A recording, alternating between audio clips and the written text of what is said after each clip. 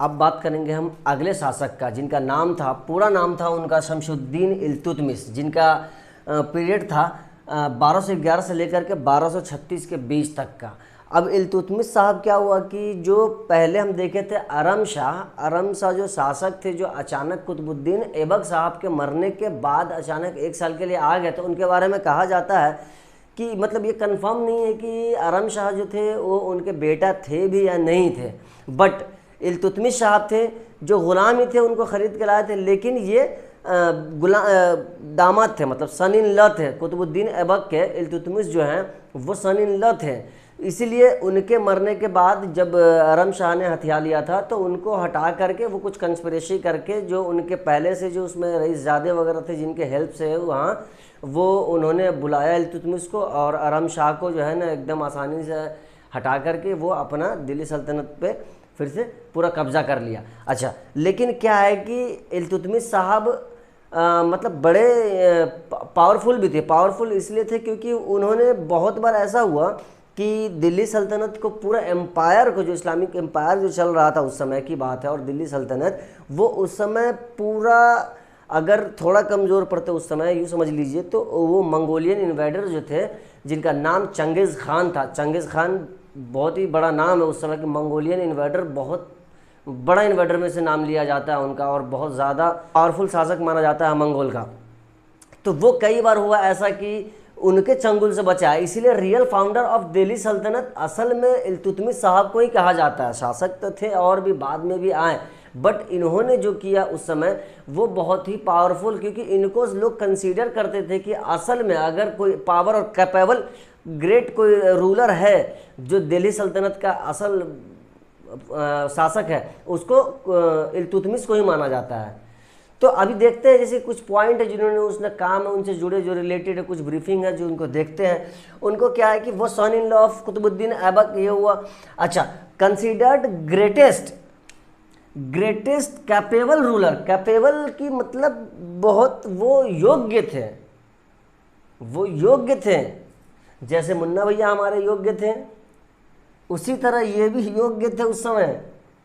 Okay, और इन्होंने एक और काम किया जो पहले हमारे पूरे सल्तनत का, जैसे कि सल्तनत, दिल्ली सल्तनत का कैपिटल हुआ करता था लाहौर में, उनको इन्होंने दिल्ली कर दिया। उनका पूरा जो है ना लाहौर से शिफ्ट करके दिल्ली कर दिया दिल्ली सल्तनत का, इसीलिए इसको रियल फाउंडर ऑफ दिल्ली सल्तनत भी कहा जाता है। Shamsuddin Iltutmish considered as the real founder of slave dynasty. Means slave dynasty तो ये पार्ट है, उसमें आते थे, लेकिन पूरा का पूरा दिल्ली सल्तनत की बात हो रही है यहाँ पर। उन्होंने चंगेज़ खान से कैसे बचाया था, इसके पीछे एक कहानी है कि कहते हैं कि जब वो एक किसी शासक वहाँ के थे या फिर वो गद्दार थे, उनके अकॉर्डिंग तो वो ख्वारिज्म शाह एक आदमी था कोई, वो भाग करके आया था हम मतलब अपने इल्तुतमिश साहब के डायनेस्टी में, और वो छुपने के लिए पनाह मांग रहे थे, जिनका पीछा कर रहे थे मंगोल के खूंखार चंगेज़ खान, जिनसे बचने के लिए वो पनाह मांग रहे थे। लेकिन इन्होंने टोटली मना कर दिया कि नहीं भाई हम पनाह नहीं देंगे, क्योंकि उस समय वो भी बहुत पावरफुल था चंगेज़ खान। तो अगर वो दे देते उनको शरण तो क्या होता कि उसी को चेजिंग के थ्रू में, या फिर वो कंस्पिरेसी भी हो सकती थी कि हाँ भेज रहे खुद ही की पीछा करने के बहाने आखिर छुपा रहेगा। और वो तो हमेशा से ताक में रहा, कई बार ट्राई किया वो कि हाँ दिल्ली सल्तनत मतलब हथिया ले, उन पर चढ़ाई कर ले, मगर क्या हुआ कि उस समय इल्तुतमिश ही थे जिनके कारण ऐसा नहीं हो पाया। मंगोलियन जो इन्वेडर थे चंगेज़ खान, उनका सारा का सारा मंसूबा नाकामयाब हुआ। अब आगे देखते हैं उन्होंने क्या किया कि 2 सिक्के जो है ना उन्होंने मतलब इंट्रोड्यूस किए अपने एरा में। तो पहला जो चांदी का सिक्का था उनको टाका बोलते थे, उनको टाका जो बोलना है बोलते थे, और दूसरा एक कॉपर का कॉइन किए थे जिनको जीतल कहते थे, जीतल के नाम से बोलते थे। कॉपर वाले को जीतल बोलते थे और सिल्वर कॉइन को टाका बोलते थे। उसके बाद क्या हुआ कि सबसे इम्पोर्टेंट चीज़ जो इल्तुतमिश साहब ने किया था, इक़्तिदारी सिस्टम लाया था उन्होंने, सिविल रिफॉर्म जिसको कहा जाता है। He organised iqta system and introduce reform in civil administration and army. कहा जाता है कि kingdom divided into iqtas assigned to noble in exchange of salary. असल में आप समझिए कि इक्ता सिस्टम क्या था, इक्तादारी सिस्टम क्या था जब आया था इल्तुतमिश के समय में। वो ऐसा सिस्टम था कि टोटली समझ लीजिए कि लैंड रेवेन्यू सिस्टम था ये, कि ज़मीन के बदले सैलरी देना है। इक्तादारी मोस्टली क्या है कि दो भाग में बांटा गया था। एक बड़े इक्तादारी, जैसे कि बड़े जिसके पास ज़मीन, जो ज़्यादा पार्ट में ज़मीन जिनके अंडर में किया जाता था उनको बड़ा इक्तादारी, लार्ज इक्तादारी सिस्टम कहते थे। और जो छोटा पार्ट्स में जो छोटे एरिया के जो हेड होते थे उनको स्मॉल इक्तादारी बोलते थे। तो इसमें नियम क्या था कि जैसे कि स्टार्टिंग में ये था कि बड़ा प्रोविंस, बड़ा हिस्सेदार का जो मालिक होगा वो गवर्नर के थ्रू चलेगा, एडमिनिस्ट्रेटिव रिस्पॉन्सिबिलिटी थी उनके अंदर। जो लार्ज इक्तादारी सिस्टम के गवर्नर बनाए जाते थे उनके अंदर क्या है कि बहुत सारे एडमिनिस्ट्रेटिव रिस्पॉन्सिबिलिटीज़ होती थी, और जितने वो देते थे कि भाड़ा सिस्टम था ये, कि जैसे लैंड जिनको जिनको दिया गया है उनसे एक्सचेंज में उनसे सैलरी लिया जाता था।